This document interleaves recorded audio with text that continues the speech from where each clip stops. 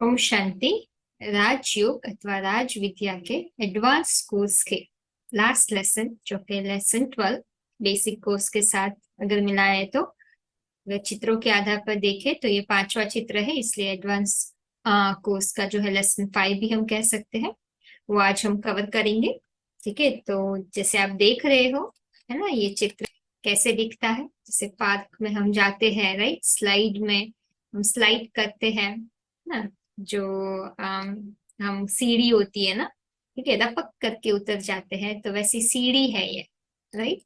बहुत सिंपल है, जैसे आपको दिख रही है वैसे ही उसका नाम है सीढ़ी, है ना।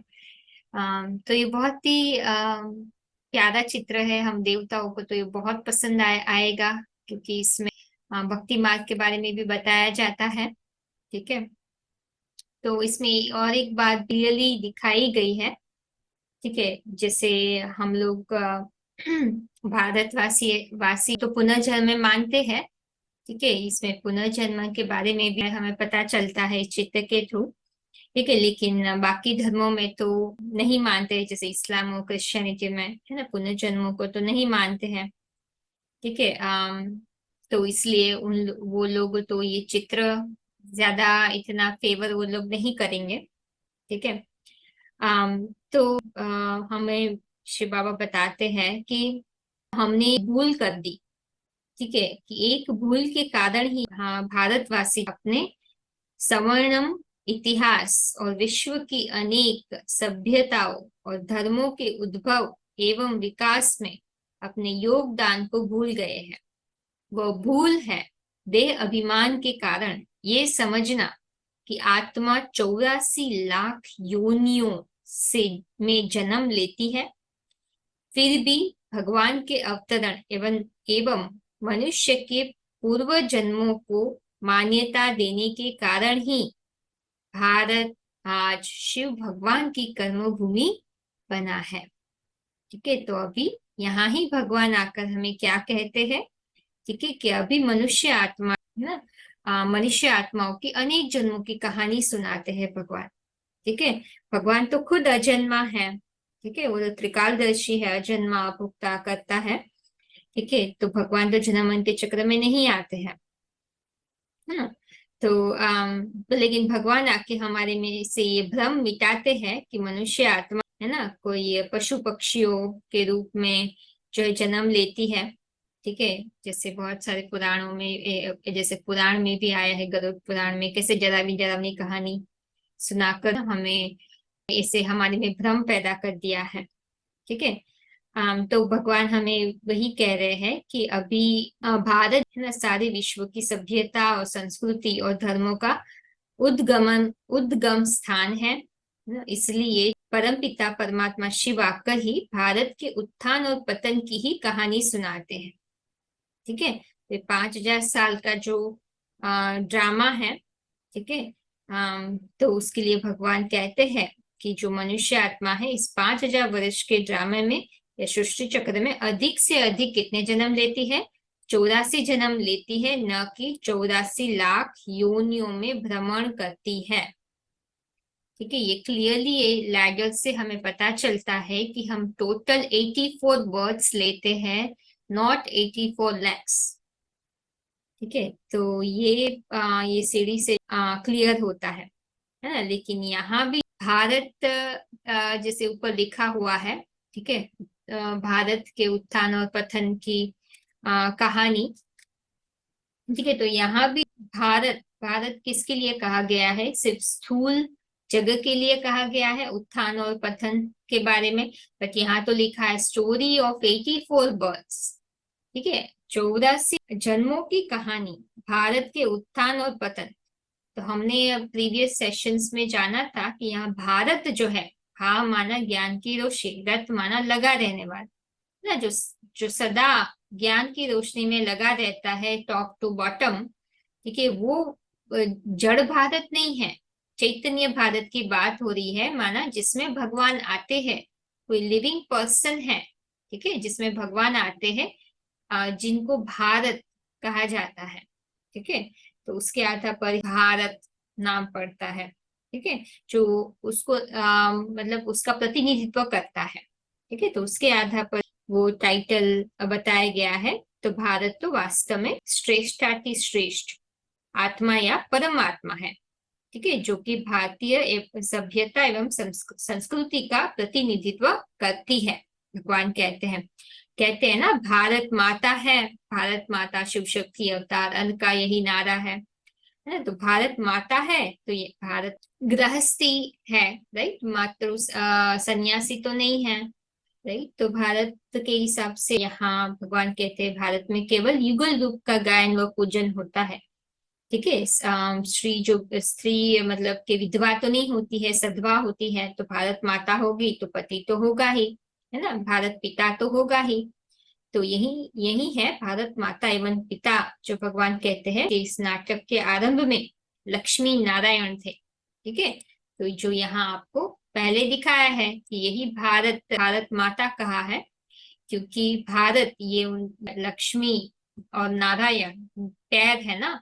तो भारत एक तो शिव बाबा ही है जो भारत है, लेकिन लक्ष्मी को आगे रखते हैं उसका पवित्रता की शक्ति के कारण भारत माता कहलाते हैं, क्योंकि वो उनकी सहयोगी बनती है और उनके उत्थान के कार्य में उनका सहयोग देती है। तो भारत शिव बाबा ने उनको आगे रखा है, इसलिए वो टाइटल प्रैक्टिकल का जो काम है उन्होंने किया है, तो वो टाइटल भी उनको मिला हुआ है भारत माता, है ना। लेकिन शिव बाबा वो हकीकत में भारत वही है।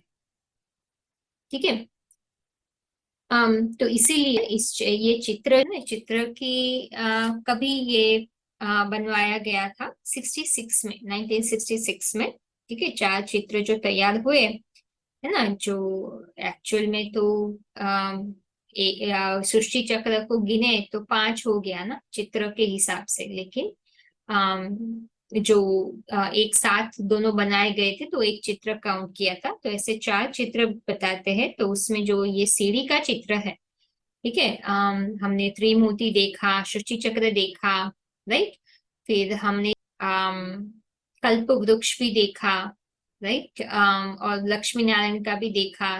तो 4 चित्र साक्षात्कार के आधार पर बनवाए थे। देखिए ये लास्ट जो चित्र है, तो भगवान कहते हैं ये बुद्धि योग से तैयार किया गया। ठीक है, बुद्धि योग माना मनन चिंतन मंथन के आधार पर, है ना, जिसके लिए मुरली में भी बाबा कहते हैं कि बाबा की बुद्धि बुद्धि में तो यह सीढ़ी का चित्र बहुत रहता है। बच्चे तो विचार सागर मंथन कर ऐसे ऐसे चित्र बनाते हैं, तो बाबा भी उनको शुक्रिया करते हैं, या तो ऐसे कहेंगे कि बाबा ने उस बच्चे को टच किया है। मुरली तारीख 29/2/76, पृष्ठ 2 अंक 3 आदि की तो बात हमें पता चल गई, राइट, कि हिमालय समुद्र से घिरा हुआ यहाँ भारत की बात नहीं हो रही है। ठीक है, यहाँ चैतन्य के भारत की बात करते हैं, माता को आगे रखने के कारण भारत माता कहा गया है। ठीक है, और यहाँ उत्थान और पतन की कहानी है। ठीक है, तो देखो प्रतिनिधित्व करने वाला है, उसके आधार पर वो नाम ऐड किया है उत्थान और पतन में। ठीक है, पतन में तो उत्थान कैसे होता है, पतन कैसे होता है। तो यहाँ पतन आप देखो, सीढ़ी में हम नीचे जा रहे हैं ना, राइट। तो ये नीचे गिरने का कारण क्या है, उत्थान और पतन, है ना। तो यहाँ एक बात क्लियरली बताई जा रही है कि हम नीचे क्यों गिरते हैं, उसका कारण बताया जा रहा है ना। अनेकों के संग के रंग में आ जाते हैं। ठीक है, हम आत्मा के धर्म को भूल जाते हैं। ठीक है, और अनेकों के संग के रंग में आने के कारण, आत्मा के धर्म को भूलने के कारण, ठीक है, और अज्ञानता के कारण, ठीक है, हमें सही तो ज्ञान ही नहीं था। ठीक है, भगवान थे नहीं और हम अपने आप को भूल गए। ठीक है, तो उसके कारण जो है हम नीचे उतरते गए, व्यभिचारी संग का रंग लिया। तो अभी भगवान कहते हैं आप ऊपर कैसे उठोगे, अभी हम फटाक से हमें जो है ऊपर उठना है ना। तो यहाँ आपको पूरे यहाँ दिखाया हुआ है ना ये, राइट, कि येलो कलर का लाइन आप देख रहे हो। मैं सॉरी, मैं पूरे चित्र के हिसाब से ड्रॉ नहीं कर पा रही हूँ, इसको छोटा बना देते हैं। ठीक है, तो अभी आप देख रहे हो ना, नीचे से हम ऊपर कैसे जा सकते हैं। ठीक है, यहाँ नीचे से एक ही झटके में हमें जैसे कि ऊपर जाना है। ठीक है, तो अभी भगवान ही है जो हमें ये छोटे से संगम युग में अभी थोड़ा सा जो टाइम बचा है ना, तो वो हमें ऊपर उठा के लेके जा सकते हैं, अगर हम मेहनत करें तो। ठीक है, तो अभी देखो यहाँ हम सीढ़ी में हम जानते हैं कौन सा पोर्शन। देखो ये पोर्शन वो सतयुगी संगम युगी स्वर्ग का है, जिसके बारे में आपने ऑलरेडी पढ़ लिया होगा। लक्ष्मी नारायण के पिक्चर में हमने कहा था, नीचे जो बुक है वो जरूर पढ़िए, तो उसमें वर्णन जो किया है ना। तो ये लेफ्ट साइड का जो है उसको संगम युगी स्वर्ग कहते हैं। ठीक है, तो अगर इसकी जो शूटिंग है, तो इसमें शूटिंग की भी बात हो रही है, ये भी बता रहा है ये चित्र। इसको हम ज्यादा इसमें इलाबरेट नहीं करेंगे, लेकिन ये चित्र वो भी बता रहा है कि कैसे ये संस्कारों की शूटिंग होती है। तो अभी ब्राह्मणों की दुनिया में जो होता है वही बड़े रूप में ब्रॉड ड्रामा में होता है। तो यहाँ भक्ति मार्ग की शूटिंग कैसे होती है ना, बीके में, एडवांस में, तो जिसके आधार पर भक्ति मार्ग में ऐसा होता है। तो ये इम्पोर्टेंट बात है। तो ये आपको शिव बाबा के क्लास में समझ में आएगी, और इसकी भी जो बुक है वो मैं डिस्क्रिप्शन बॉक्स में डालूंगी, तो आपको क्लियर हो जाएगा।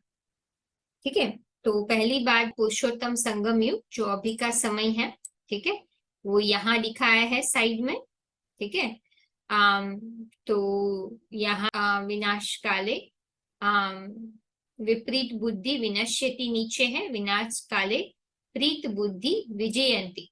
ठीक है, तो वो पोर्शन यहाँ आती है। ठीक है, तो हमें जो अभी संगम युग का जो उत्तम सुख मिलता है वो यहाँ का पोर्शन है, पुरुषोत्तम संगम युग कहते हैं, जिसकी शुरुआत ना भगवान के बाप के रूप में पाठ बजाने से ही शुरुआत हो गई, जो है 1976-77। ठीक है, तो वहां से जो एक आत्मा के लिए तो स्वर्ग आ गया। ठीक है, वो है प्रजापिता ब्रह्मा। तो आगे वही है जो संगम युगी लक्ष्मी नारायण बनते हैं, राइट, रचयिता है, ये उनके बच्चे बनते हैं सतयुग में। तो ये डिनेस्टी चलती है ना। तो ये सतयुग त्रेता को ब्रह्मा का दिन भी कहते हैं, शूटिंग के अनुसार जो कहा गया है, क्योंकि ब्रह्मा यही होता है। ठीक है, हमने पहले रिकॉर्डिंग्स में ऐसे ही जस्ट ऊपर से ही कह दिया था, क्योंकि उस समय अगर ये बताते तो नहीं समझते, क्योंकि शूटिंग की बात नहीं हुई थी। लेकिन ब्रह्मा का दिन तभी होता है जब ब्रह्मा होता है, प्रजापिता ब्रह्मा। ठीक है, तो ये ब्रह्मा का दिन, ब्रह्मा की रात, या शूटिंग की बात है। उस किस बात की शूटिंग होती है? ठीक है, बाप के गुप्त होने का और प्रत्यक्षता की शूटिंग होती है। ठीक है, तो जब ब्रह्मा का दिन होता है तब भगवान सबके सामने प्रत्यक्ष होता है। ठीक है, फिर ब्रह्मा की रात होती है, तो उस समय बाकी लोग अपना वर्चस्व ले लेते हैं और बाप गुप्त हो जाता है। ठीक है, जिसे भगवान कहते हैं यहाँ जो नक्शा है ना संस्कारों का, और जो मेन मेन चीजों का जो घड़ा जाता है, उसके आधार पर जो है ब्रॉड ड्रामा में उसका प्रोजेक्शन होता है। ठीक है, समय समय पर। तो तो उसके आधार पर यहाँ जैसे जैसे सुनते जाओगे तो पता चलेगा कि कैसे शूटिंग के हिसाब से, जब भी सतयुग त्रेता की शूटिंग हो रही थी तो ब्रह्मा का दिन, फिर द्वापर कलयुग की शूटिंग हो रही थी तो कैसे ब्रह्मा की रात, है ना। तो धीरे धीरे आपको समझ में आएगा, अभी हम गहराई में नहीं जाएंगे। इसको सुखधाम कहते हैं। ठीक है, तो यहाँ हम कॉन्ट्रास्ट के हिसाब से ले सकते हैं, जैसे सीढ़ी में आप ऐसे देख सकते हो कि सीढ़ी देखो पहले बहुत ही स्लो मोशन में नीचे जाती है। ठीक है, यहाँ से यहाँ का भाग एकदम थोड़ा स्लो है, फिर यहाँ का आप यहाँ का देखो कितना फास्ट है। ठीक है, तो ये पोर्शन रावण राज्य है, ये पोर्शन राम राज्य है। ठीक है, सुखधाम भी कहते हैं, वो दुखधाम भी कहते हैं। ठीक है, अभी हम पहले हम धर्म अनुकूल चलते थे, ठीक है, अभी हम धर्म भ्रष्ट कर्म भ्रष्ट हो गए हैं, पहले श्रेष्ठ कर्म करते थे हम लोग। ठीक है, तो ये कॉन्ट्रास्ट यहाँ दिखाया है कि कैसे हम पतित बनते हैं, तो कितनी फास्ट रीति से हम नीचे जाते हैं। ठीक है, और जब भी हम नीचे जाते हैं, ठीक है, तो अभी इसमें समझने की बात ये है, ठीक है, कि यहाँ हम लोग जैसे जैसे नीचे जाते हैं तो हमारे जन्म जो होते हैं वो बढ़ते जाते हैं, बट इतने भी नहीं बढ़ते हैं जो 84 लाख हो जाते हैं। ठीक है। भगवान कहते हैं मैक्सिमम 84 बर्थ से ले सकते हो अगर आप पहले आए, है ना। जैसे अगर मैं इधर ये सेक्शन में आई, है ना, पहले से, तो मेरे 84 जन्म हो सकते हैं। अगर मैं बीच में से आई तो थोड़ा कम होंगे, है ना, लेकिन मैक्सिमम 84 जन्म तो नहीं होंगे, उसके कम होंगे साइकिल पूरी होते होते। ठीक है। तो भगवान कहते हैं यहाँ संगम युगी लक्ष्मी नारायण को छोड़ते हुए यहाँ 8 डायनेस्टी होती है, जो हमने पहले भी मेंशन किया था, है ना। जैसे उनके बच्चे उनका टाइटल लेते हैं, फिर उनके बच्चे टाइटल लेते हैं, उनके बच्चे टाइटल लेते हैं। तो यहाँ आप सीढ़ी में ये स्टेप्स काउंट करोगे तो यहाँ 8 ही आपको मिलेगा। तो ये दो चीज बताती है हमें कि वहाँ 8 जो होते हैं लक्ष्मी नारायण होते हैं, संगमयुगी लक्ष्मी नारायण को छोड़ते हुए, और वहां है 8 जन्म लेते हैं, माना आयु बड़ी होती है। ठीक है। तो वहां अराउंड हम 150 साल की आयु होती है सतयुग में। ठीक है। हम लोग 8 जन्म लेते हैं, माना लंबे साल जीते हैं, तो हमारे जन्म भी कम रहते हैं। ठीक है। हम सूर्यवंशी कहलाते हैं, सन डायनेस्टी कहते हैं, क्योंकि सूर्यवंशी नारायण कौन है, सूर्यवंश है, तो उसके आधार पर ही सूर्यवंश कुल कहा जाता है। यहाँ 16 कला संपन्न होते हैं सब देवी देवताएं। ठीक है। तो इसलिए 16 कला संपन्न का गायन है। ठीक है। और फिर धीरे धीरे हम नीचे गिरते जाते। पॉपुलेशन जब स्टार्टिंग में होती है तो कितनी होती है, 9 लाख होती है। फिर सतयुग के अंत में यहाँ आते हैं तो करीबन 2 करोड़ हो जाती है। ठीक है। और फिर हम नीचे आते हैं त्रेता युग में। अभी त्रेता युग में थोड़ी फास्ट गति से हम नीचे उतरते हैं। ठीक है। तो ये जो त्रेता युग है, ठीक है, तो ये पोर्शन की बात हो रही है अभी। ठीक है। ये जो त्रेता युग का पोर्शन है, ठीक है, तो त्रेता युग के पोर्शन में कितने जन्म होते हैं। ठीक है। त्रेता युग उसमें कितने जन्म होते हैं, त्रेता युग में 12 जन्म होते हैं, है ना, 12 जन्म होते हैं। क्यों, क्योंकि बर्थ तो बढ़ने ही वाले हैं ना। क्यों बढ़ने वाले हैं, क्योंकि धीरे धीरे जो है उसकी सुख की क्वालिटी कम हो जाती है। ठीक है। क्योंकि आत्मा भी धीरे धीरे 16 कला से 12 कला, काला कला माना आत्मा की जो मेजरमेंट है ताकत की, पावर की, है ना, आत्मा में कितनी ट्रुथ और पवित्रता है, ताकत है, उसकी मेजरमेंट है वो। आत्मा जैसे जैसे शरीर के कनेक्शन में रहते हुए भले आत्मिक स्थिति में हो, लेकिन सुख की मात्रा जो है धीरे धीरे क्वालिटी कम होती जाती है। ठीक है। तो इसलिए हमारे जन्म बढ़ते जाते हैं। तो वहां जो भी गद्दी लेते हैं सतयुग के जो लक्ष्मी नारायण होते हैं वही स्टार्ट करते हैं। बट क्या होता है देखो, अम, अभी मैं बहुत ड्रॉ नहीं कर रही हूँ, बराबर ड्रॉ नहीं हो रहा है इसलिए। तो देखो यहाँ जैसे आप एरो देख रहे हो ऑलरेडी, राइट। तो ये जो लक्ष्मी नारायण खड़े हुए हैं, ठीक है, तो उनके बच्चे उनके बच्चे उनके बच्चे, वैसे गिनेस्टी होती है। तो यहाँ ये पैर एक ही रहता है, पहले जिन्होंने स्टार्ट किया वो अंत तक 2500 साल तक एक ही पैर रहता है ना, जोड़ा। लेकिन स्त्री पुरुष ऐसे क्रम में नीचे उतरते हैं। तो जब तक त्रेता आता है ना, राम सीता, तो राम जो यहाँ नारायण है वो राम, वो सीता बन जाती है, और ये लक्ष्मी है वो राम बन जाते हैं।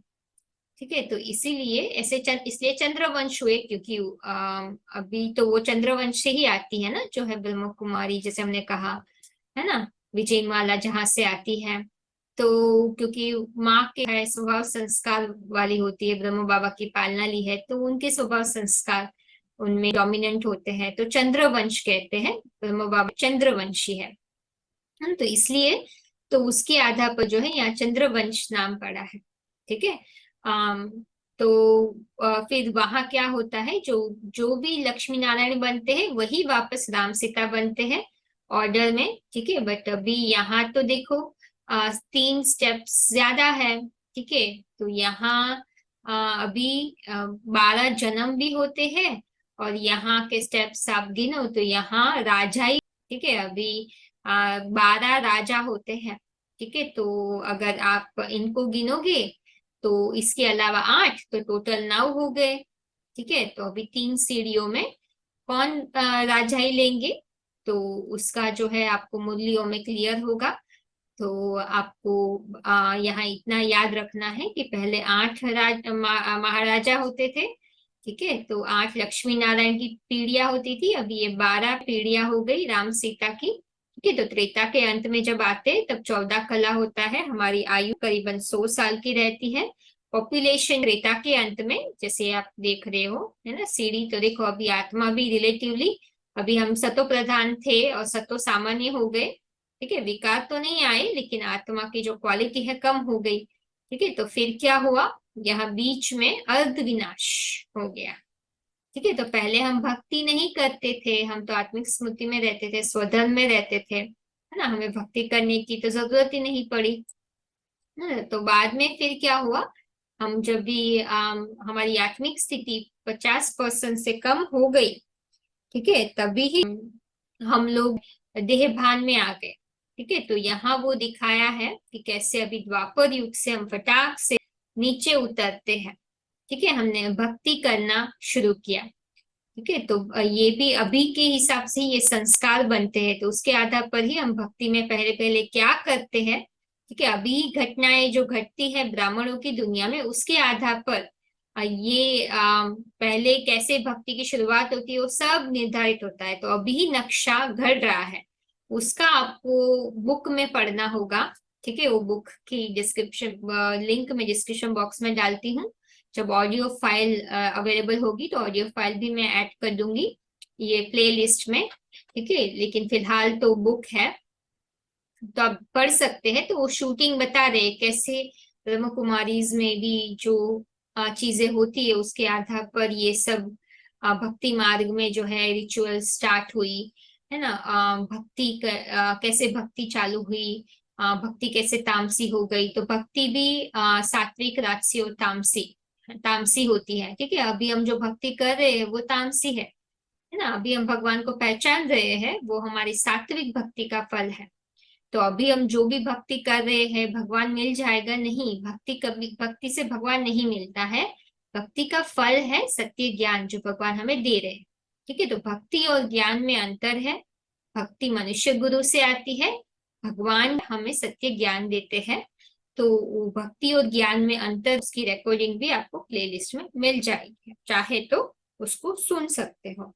ठीक है, और शिव बाबा के क्लासेस में मुरली रोज सुनोगे तो आप तो ज्ञान से इतना खुश हो जाओगे, जैसे ज्ञान डांस करोगे, है ना, आपकी घुंघरू पायल बजती रहेगी, है ना, आप खुशी में नाचते रहेंगे, है ना, ज्ञान में आप झूमते रहेंगे, है ना, मन ही मन जो है सुख का अनुभव करते रहेंगे, है ना। तो इसलिए मुरली ही हमें रोज का सुख देती है, उसके आधार पर बाबा की याद आती है ना। तो फिर धीरे धीरे जो कमजोर देवताएं होते हैं, और यहाँ से ही हमने झाड़ में देखा था ना, जो कमजोर देवताएं होते हैं वो द्वापर युग से ही जो जब अलग अलग धर्म आ जाते हैं तो उनके प्रभाव में आके कन्वर्ट हो जाते हैं। हिस्ट्री में भी दिखाया गया है ना कि कैसे जो भारतवासी है वो अलग अलग धर्मों में ज्यादा कन्वर्ट हो जाते हैं।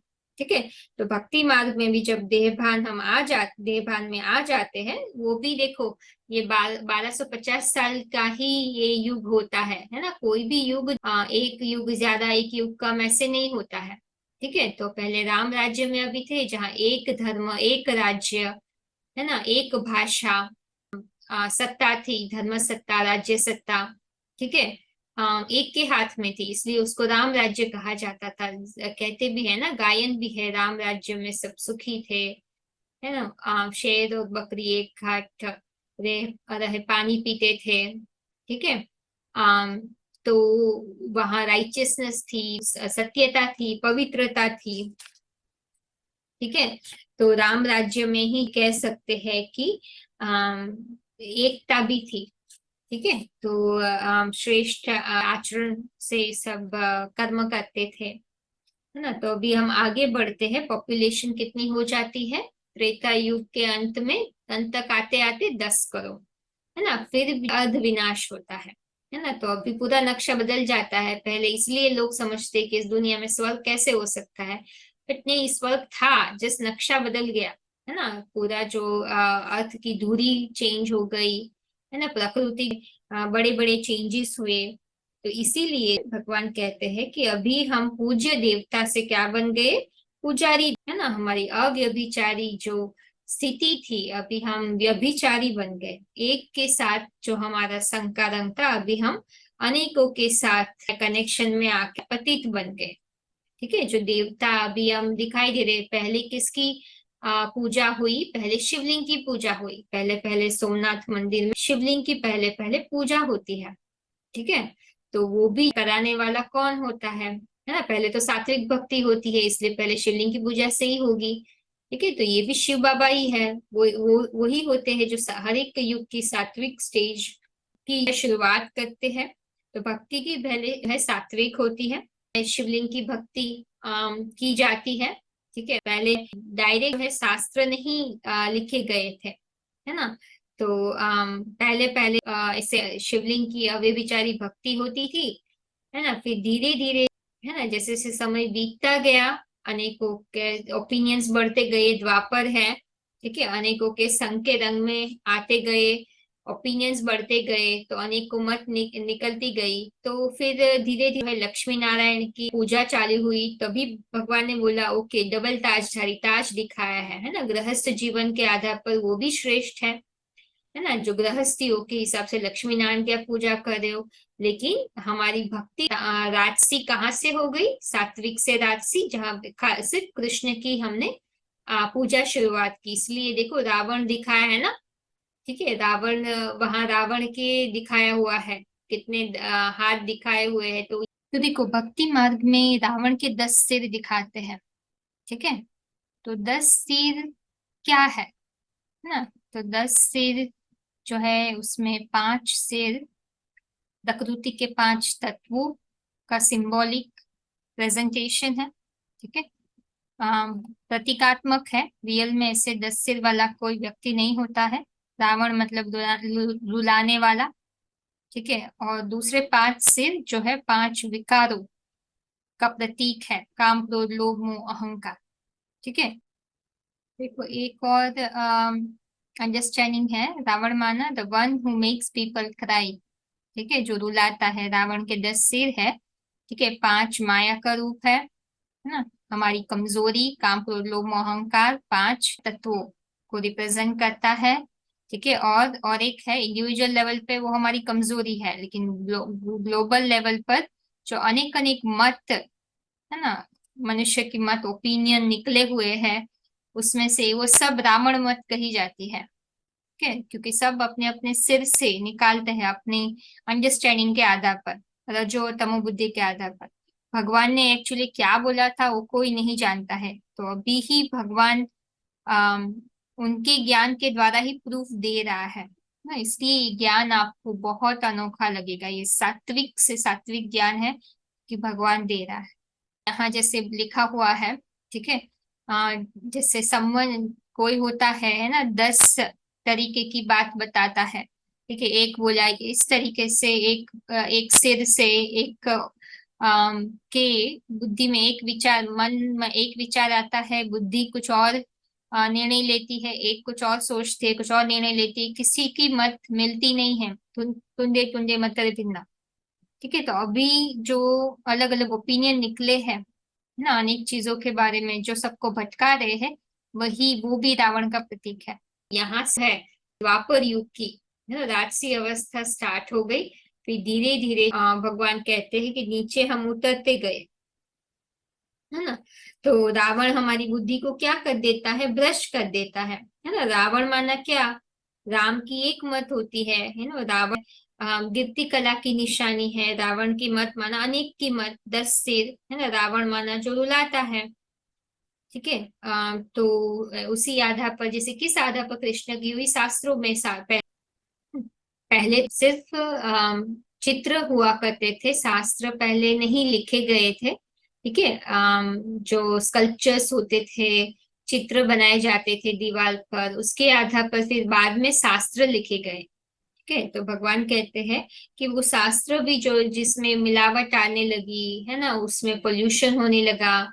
इसीलिए हमने पहले भी जो सेशंस में बहुत सारी चीजें बताई हो, ये युग, ये समय की ही अराउंड जो है, कृष्ण का गीता में नाम डालना, ये सब इसी इसी समय के आसपास आता है ना, जब उनका प्रभाव बढ़ता है। तो वो कहाँ से आया? ठीक है। जब शास्त्रों में जो होता है समय अनुसार जो है ना, कृष्ण को डोमिनेंसी मिलती है वो शब्द को, तो फिर वहां सब चेंजेस होने लगता है। ठीक है, तो वहां फिर उसके मंदिर बनाए जाते हैं। तो इसलिए भगवान कहते हैं कि जैसे जैसे कमजोर आत्माएं, जो अज्ञानी आत्माएं ऊपर से आती रहती है, देहाभिमानी आत्माएं, तो शास्त्रों में जैसे विष, एक दूध के घड़े में विष के समान जब मिलावट होती रहती है, तो अपवित्रता के कारण है ना, सबकी बुद्धि बुद्धि भ्रमित हो जाती है। भगवान सर्वव्यापी की मान्या आती है, मान्यता आ जाती है। भगवान जो है 24 अवतार के रूप में भगवान को हम बताते हैं। ठीक है, तो सब गलत गलत मान्यता आ जाती है और सबकी बुद्धि वो भ्रष्ट हो जाती है ना। तो इसलिए उसके ऊपर ताज नहीं दिखाया है। ठीक है, तो दो प्रकार का ताज होता है, पवित्रता का और जिम्मेदारी का। तो पवित्रता का ताज तो नहीं है। ठीक है। तो इसीलिए भगवान कहते हैं कि धीरे धीरे कलयुग के अंत में आते आते हमारी बुद्धि तो कंप्लीटली भ्रष्ट हो जाती है। इसीलिए मुंडन दिखाया है ना। जो मुंडन आदमी है यहाँ, वो जानवर बुद्धि होने के कारण बुद्धि पूरी मुंड गई है ना। जानवरियत के संस्कार आ गए, हमारी बुद्धि हम ज्यादा ही, जैसे कि यहाँ ही 84 लाख का मतलब ये जानवरियत के संस्कार अपनाते रहते हैं। ठीक है, शास्त्रों में शास्त्र तामसी बंधे गए, उनके आधार पर हम लोगों ने अनेक अनेक देवी देवताओं को, इवन जानवरों के रूप में भी मनुष्य की पूजा चालू कर दी। तो भगवान कहते हैं कि जैसे कि बुद्धि मुड़ गई। ठीक है। तो दुर्गति को हम प्राप्त करने लगे, अनेकों अनेकों के प्रभाव में आके। तो यहाँ गुरुओं को ही जैसे अभी अभी हो रहा है, आप देख सकते हो कि इतने जानवरियत के संस्कार हो गए कि मनुष्य गुरु को भी भगवान मानने लगे। ठीक है, जो हमें भगवान से खुद विमुख कराने के निमित्त बनते हैं। ठीक है, तो उसी को हमने भगवान की पदवी दे दी, है ना। पशु योनि में, पेड़ पौधों में 5 तत्वों की पूजा करने लगी। अंधविश्वास, अंधश्रद्धा, कुरीतियां, है ना, रीति रिवाज, वो सब बढ़ने लगा तमो प्रधान दुनिया में। तो देखो द्वापर युग में आप देखो तो 1250 वर्ष में ही हमारी कला कितनी कम हो गई। 12 कला से हम लोग 8 कला तक पहुंच गए, है ना। आप सोचिए द्वापर के अंत तक तो 8 कला तक आए, माना हमारे जन्म 21 जन्म हो गए। तो ये सब जो हो रहा था और जन्म बढ़ गए, उसका मतलब क्या, हमारी एवरेज आयु 60 वर्ष हो गई। ठीक है, तो मतलब हम तामसी बनते जा रहे हैं, ज्यादा कार्मिक के अकाउंट बन रहे हैं, इसलिए जल्दी शरीर छोड़ना पड़ रहा है। ठीक है, तो पहले 8, फिर 12 जन्म, फिर द्वापर में 21 जन्म। ठीक है, दुख की दुनिया में। ठीक है, उसको ब्रह्मा की रात भी कहते हैं। उसकी भी शूटिंग यहाँ कैसे होती है वो सब आपको बुक में है, आप पढ़कर समझ में आएगा। फिर नीचे धीरे धीरे हम जाते हैं। ठीक है, तो 5 तत्वों की हम पूजा करते हैं। तो यहाँ भी देखो दिखाया है कि हम कितना एकदम डल बुद्धि हो गए कि भाई पहले हम जिसकी पूजा करते थे उसी को ही, है ना, हम डुबो देते हैं पानी में। ठीक है, तो इसके आधार पर यहाँ दिखाया जाता है कि कैसे हमारी बुद्धि पतित होती जा रही है। ठीक है। अम, तो पहले देवी की जैसे दिखाई ना, पूजा पूजा की प्रतिष्ठा किया, श्रृंगारा। फिर नदी में जबरियन, ऐसे भी नहीं, जबरियन हम लोग जो है उसको दबा दबा कर नीचे डाल देते हैं। ठीक है, तो वो तो अंधश्रद्धा ही हुई, राइट। और फिर देखो प्रजातंत्र राज्य आ गया, है ना, जहाँ ना कानून है ना धर्म है। ठीक है, तो धर्म सत्ता और राज्य सत्ता अलग अलग भागों में बट गई। ठीक है, तो बहुत सारे विभाजन हो गए। धर्म, नाम और सत्ता के आधार पर ही सब कुछ चलता है। धर्म तो जैसे कि पूरा लोप हो गया है, हमारा धर्म सत्यता, हमारा जो प्रायलोप हो गया ना, सनातन धर्म की परंपरा है। तो ऐसे 5000 काल चक्र में हम ऊपर से नीचे उतरते आए। ठीक है, तो भक्ति और ज्ञान में अंतर जब आप जानोगे तो आपको क्लियरली पता चलेगा। भगवान ने कहा है कि भूत प्रेत की आप पूजा करोगे, ठीक है, तो उनको आप प्राप्त करोगे। मेरे को भजोगे तो मुझे प्राप्त करोगे। ठीक है, तो 5 तो के हिसाब से, है ना, जो 17वां अध्याय का चौथा श्लोक है, वो मैं आपको अभी दिखाती हूँ। तो कुछ ऐसे रेफरेंसेस है। देखो ये 17 अध्याय का जो चौथा श्लोक है, ये जनते सात्विका देवान यक्षर शांसी राजसा। है ना। तो प्रेतान भूत गणांच अन्ये यजन्ते तामसा जनाः।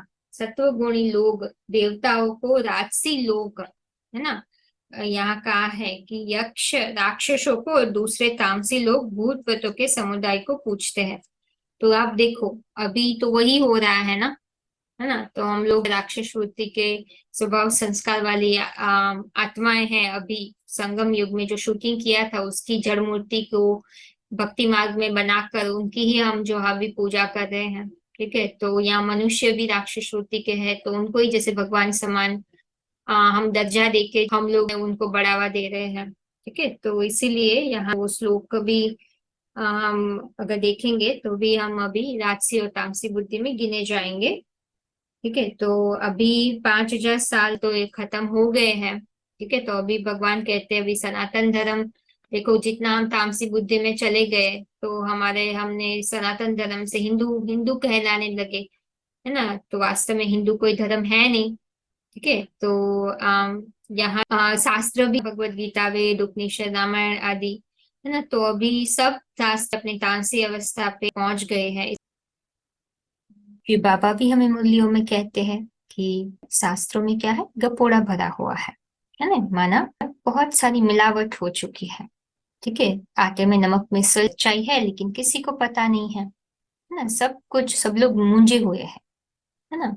सब कुछ जो है एकदम गूंथा हुआ है। तो भगवान अभी आके हमें शास्त्रों का सही सार बताते हैं, क्या सच्चाई है वो हमें अभी वर्तमान में बता रहे हैं।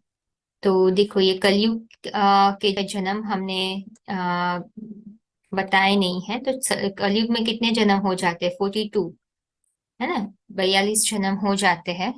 ठीक है, तो हमें अभी काउंट करो आप। ठीक है, अगर पहले के जो जन्म और कलयुग के जन्म मिलाकर टोटल कितने होते हैं? ठीक है, तो पहले हमारा 8 होता है। ठीक है, तो 8 जन्म हुए हमारे। ठीक है, यहाँ 8 हुए। ठीक है, फिर हम नीचे जाते हैं तो त्रेता में कितने हुए? 12 हुए। ठीक है, 8 + 12 20 हुआ, राइट। फिर जो है 21 ऐड करो तो कितना हुआ? 41, राइट। और 41 ये कलयुग में कितना हुआ? हम कलाहीन हो गए पूरा। ठीक है, एकदम शूद्र बन गए। ठीक है, यहाँ द्वापर में हम कहते हैं वेश्या बन गए, है ना। वेश्या वृत्ति वाले अनेकों को भगवान बनाकर बैठ गए। ठीक है, ठीक है। तो अभी देखो अभी कलयुग के हमारे कितने जन्म हुए होंगे? सोचिए, द्वापर युग से ज्यादा होने चाहिए ना। तो कलयुग में हमारे जो है 42 होते हैं, हम कलाहीन हो जाते हैं। ठीक है, तो ये द्वापर में 21, तो ये द्वापर का 21 बर्थ हो गया। ठीक है, और कलयुग का 42 हो गया। तो अभी आप इसको कैलकुलेट करिए। 8 + 12 20, 20 + 21 41, 41 + 42 तो कितना हुआ टोटल? 83। और एक जन्म हमारा है ना, जिसका शास्त्र में गायन है, मनुष्य जन्म बहुत दुर्लभ है, बड़े भाग मनुष्य तन पावा, सुर नर मुनि सब ग्रंथ न गावा। ठीक है, तो एक जन्म जो है, जो हमारा उत्तम जन्म है ना। इसलिए भगवान कहते हैं पुरुषोत्तम संगम युग, है ना, जहाँ हम भगवान से जो है दिव्य जन्म लेते हैं। तो ये यही का ही समय है जो यहाँ सीढ़ी में दिखाया हुआ है ना। तो ये हमारा दिव्य जन्म है जहाँ हम भगवान की पालना में पढ़ते हैं, और जहाँ जहाँ से ही जो है एक ही जन्म सीढ़ी जो है फटाक से चढ़ जाते हैं ऐसे। ठीक है, तो यही समय है। तो उसको शिव बाबा ने बहुत अमूल्य जन्म हमें कहा है। इसलिए शिव बाबा हमें कहते हैं कि आप बच्चे तो पद्मा पदम गुना भाग्यशाली हो। ठीक है, क्योंकि आपको भगवान मिल गया ना। तो जो भी भगवान को पहचानते, भगवान की छत्र छाया में रहते हैं, तो उनका तो नया जन्म हो गया। शास्त्रों में तो समझते हैं कोई पशु पक्षियों में बहुत जन्मों तक पसार होते हुए फिर अंत में ये मनुष्य का शरीर मिलता है। नहीं, मनुष्य का शरीर तो हम लेते ही आए हैं। यहाँ हमारी आत्मा आत्मा हम आत्मा का जो दिव्य जन्म होता है, जहाँ हमें पता चलता है हम कौन है। बहुत समय से भूल चुके थे, है ना। तो भगवान कौन है, सृष्टि का आदि मध्य अंत का राज क्या है। तो उस हिसाब से भगवान ने कहा है कि ये आपका दिव्य जन्म है। ठीक है, आप अपने आप को जानते हो, आपके बाप को जानते हो, सृष्टि के आदि मध्य अंत के ज्ञान को जानते हो, सबसे ऊंचे सुख का अनुभव करते हो। तो भगवान कहते हैं कि कैसे 5,000 वर्ष का जो ड्रामा अंत में होता है, तब भारत कितने साधारण तन में आता है। नीचे दिख रहा है ना आपको ये चित्र। ठीक है, ये वाला जो है मैं सर्कल करूंगी, ये वाला। ठीक है, ये कौन पड़ा हुआ है, तो अभी जिसमें भगवान आए हुए हैं। ठीक है, वो कंप्लीट बेगर बन जाता है। भारत एक समय जो है ना, सोने की चिड़िया होती थी, है ना। जिसमें कहते हैं ना गोल्डन स्पून इन माउथ, वो भी एक भिख मंगा बन जाता है, जो बैगर बन जाते हैं। ठीक है, तो भगवान कहते हैं उनको खाने की रोटी नहीं होती, रहने का स्थान नहीं रहता, इतनी अवस्था तक पहुंच जाते हैं। तो गरीब भारत हो जाता है, अमीर था और फिर वो सुबह कामी रात का गरीब हो जाता है, फकीर हो जाता है। तो भगवान कहते हैं उस समय उसके सर के नीचे दिखाया है गीता। ठीक है, और उसको जो भूख देने वाले हैं तो दूसरे धर्म के बीज रूप आत्माएं हैं, वो आप पढ़ेंगे तो ज्यादा समझ में आएगा। तो उनको हेल्प करने वाले, है ना। तो भगवान वही कहते हैं कि देखो उनके पास सिर्फ ज्ञान था, और ज्ञान और योग के बल से, है ना, तो वो एक ही फटाक से सबसे आगे निकल जाते हैं, ऊपर ऊपर की तरफ आ जाते हैं। ठीक है, तो ये 5,000 वर्ष के ड्रामा के अंत में भगवान एक साधारण मनुष्य मानव के तन में प्रवेश कर गीता ज्ञान एवं राजयोग की शिक्षा से भारत को क्या करते हैं, स्वर्ग बनाते हैं। ठीक है, जहाँ भगवान को पहचान कर पवित्र बनने वाली विश्व की श्रेष्ठ आत्माएं एकत्रित होती है। ठीक है, उनके अवतरण का यह समय संगम युग कहलाता है। ठीक है, और जिसके अंत में विनाश के पश्चात भारत के अलावा सभी धर्मखंड 2500 वर्ष के लिए समुद्र में समा जाते हैं। ठीक है, और फिर वापस महाविनाश के बाद अधिकतर आत्माएं सजाए खाकर पवित्र होकर उस निराकार के साथ परम धाम लौट जाती है ना। और कुछ हम श्रेष्ठ आत्माएं हैं, ये जैसे 4.5 लाख आत्माएं हैं, वो शरीर उनका शरीर जो है बर्फ में दब जाएगा। वो भी प्रक्रिया जो है आपको सृष्टि चक्र के जो है बुक है। ठीक है, सृष्टि चक्र का साइकिल है ना, उसके नीचे भी बुक डाली हुई है, तो वो आप पढ़िए, है ना। तो आपको अच्छी तरीके से समझ में आएगा कि कैसे, है ना, हमारे शरीर तो सेफ रहेंगे, हम परम धाम में जाएंगे, फिर आएंगे और यही शरीर रिजुविनेट होके नई दुनिया की शुरुआत करेंगे, है ना। तो इसी हिसाब से ये सीढ़ी है, नीचे से वापस हम ऊपर पहुंचकर वापस वो सीढ़ी की नीचे आने की प्रक्रिया, जो कि हम शुरुआत करते हैं, लेकिन ये ऊपर नीचे हम जाते रहते हैं। ठीक है, तो इसलिए भगवान कहते हैं कि जो सृष्टि का विनाश होता है, एटम बम होता है, भारत में ग्रह युद्ध होता है, प्राकृतिक आपदाएं होते हैं। ठीक है, आपस में जैसे गृह युद्ध में भारत जाति धर्म भाषा राजनीतिक पार्टियां वाद विवाद हुआ होता है, आपस में टकराहट होती है। ठीक है, तो फिर भगवान कहते हैं कि कैसे अभी कितना भ्रष्टाचार बढ़ गया है, गरीब गरीब बनते जा रहा है, साहूकार साहूकार बनते जा रहा है। तो ऐसी ही स्थिति में अकाल इतना पड़ेगा, नोटों की गद्दी ऐसी ही रह जाएगी। तो भगवान कहते हैं कि अभी हम जो कुछ कर रहे हैं वो कुछ काम का नहीं है इस दुनिया में। ठीक है, तो अभी हमारी टाइम और एनर्जी हम कहाँ रखेंगे, विनाश के समय कौन सुरक्षित रहेगा, ना, जिसके अभी हम बात कर रहे थे, है ना, जो प्रहलाद का भी एग्जाम्पल है। तो उनके पास क्या था, है ना, तो भगवान की छत्र छाया थी, है ना। तो भगवान की शरण में जो रहते हैं हम मुट्ठी भर आत्माएं, सूर्यवंशी आत्माएं, भगवान कहते हैं ये जिनके द्वारा भगवान नई दुनिया की शुरुआत करते हैं, है ना। तो उनकी संरक्षण में रहकर जब हम पालना लेते हैं, ठीक है, तो और भगवान कहते हैं वो लोग ही सुरक्षित रहते हैं, है ना। और फिर उनके द्वारा नई सृष्टि की शुरुआत होती है। ठीक है, तो अभी ये बहुत महत्वपूर्ण समय है। ठीक है, भगवान कहते हैं कि अभी पापों का बोझा बढ़ गया है। ठीक है, और राजयोग से ही वो पापों का बोझा हम हटा सकते हैं, और एक ही जन्म में हम ऊपर आ सकते हैं कम्प्लीटली।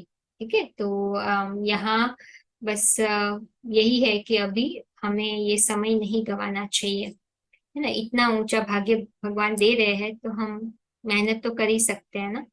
ठीक है, तो नाउ अभी शुरुआत होगी आपकी मुरली सुनने से। तो स्टेप 2 है, तो वो स्टेप 2 के सेक्शन में जाके आप अभी अपना एवरीडे भगवान के साथ समय बिताइए उनको समझने के लिए, और आपने संस्कार बिल्डअप करते जाइए, है ना, जन्म जन्मांतर के लिए। तो भक्ति और ज्ञान में जो अंतर है वो आपको अगली रिकॉर्डिंग में मिल जाएगा। ठीक है, तो चलो, बेस्ट ऑफ लक मुरली सुनने के लिए। और आशा रखते हैं कि आप ईश्वरीय परिवार का सदस्य बन के ये परिवार की ऊंच से ऊंच भगवान की पालना का अनुभव करें। ठीक है, ओम शांति। यह दिव्य शिक्षाएं हमें आध्यात्मिक ईश्वरीय विश्वविद्यालय से प्राप्त हो रही है।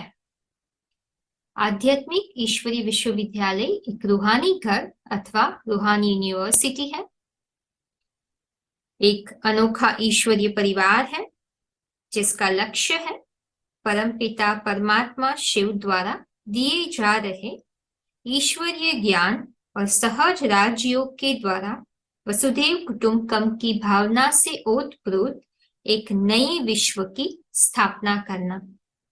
यह एक ऐसी पवित्र जगह है जहां अखूट सुख शांति का अनुभव होता है, क्योंकि यहाँ स्वयं भगवान पढ़ा रहे हैं। खुशखबरी यह है, कलयुग जाने वाला है, सतयुग आने वाला है। परमपिता परमात्मा शिव का अवतरण इस धरती पर हो चुका है।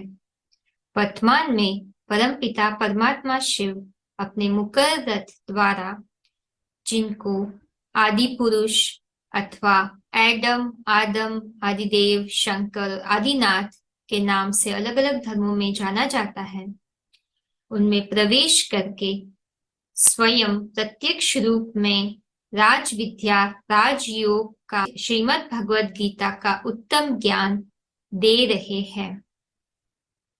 ये हमारा आपको हार्दिक निमंत्रण है कि आप थोड़ा समय निकालकर आध्यात्मिक कोर्स के माध्यम से परमपिता परमात्मा को पहचान कर अपना श्रेष्ठ भाग्य बनाए और निरंतर सुख शांति का अनुभव करें। ओम शांति।